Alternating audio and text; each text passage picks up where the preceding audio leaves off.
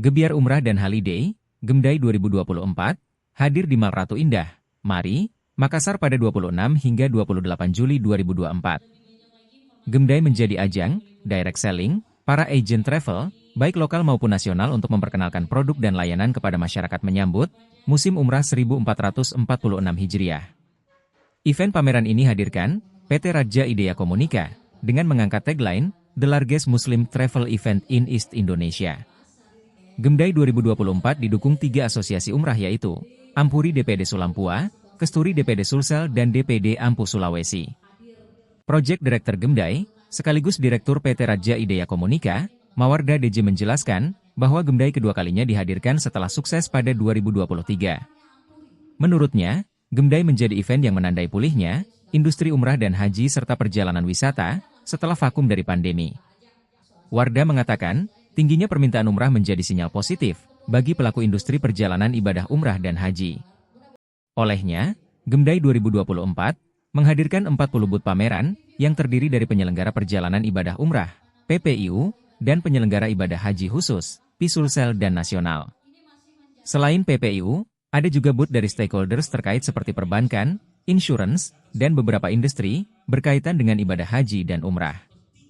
Gemdai 2024 menghadirkan berbagai penawaran dan promo spesial, seperti cashback Rp1 juta dan happy hour diskon 50%, tur Pak KG.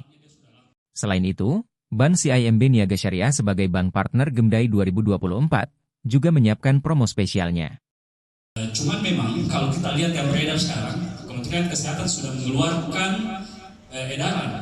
Sepertinya mereka mengacu dari edaran yang dikeluarkan dari pesawat Saudi Airlines. Dari situlah acuannya yang pertama, sehingga akhirnya siangnya dikeluarkan, malamnya dia sudah langsung mengeluarkan edaran tersendiri di Kemenkes. Begitu cepat ini berprosesnya, dari keluar Saudi Airlines keluarkan, tapi Saudi Airlines juga mungkin dasar atau rujukannya masih dari edaran meningitis untuk haji bukan umroh, karena umroh itu sudah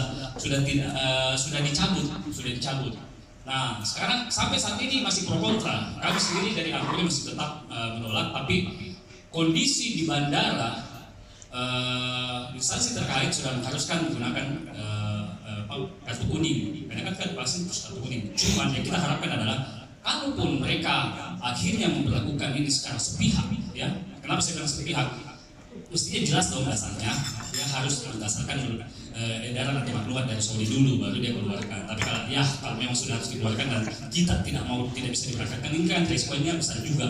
Dan sampai jamaah tidak bisa terbang hanya gara-gara vaksin. Nanti kalau dia acuannya cuma kartu kuning, nah itu kan bahaya. Itu yang kita maksud tadi, kita bilang bisa timbul pungli dari situ. Kita berharap kalau memang mereka mengeluarkan kebijakan seperti itu harus diikuti dengan stok yang tersedia.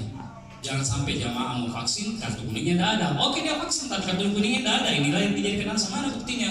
Nah, makanya beredarlah vaksin dugaan saya beredarlah kartu vaksin yang palsu, yang fake atau bagaimana atau. Download Tribun X sekarang, menghadirkan lokal menjadi Indonesia.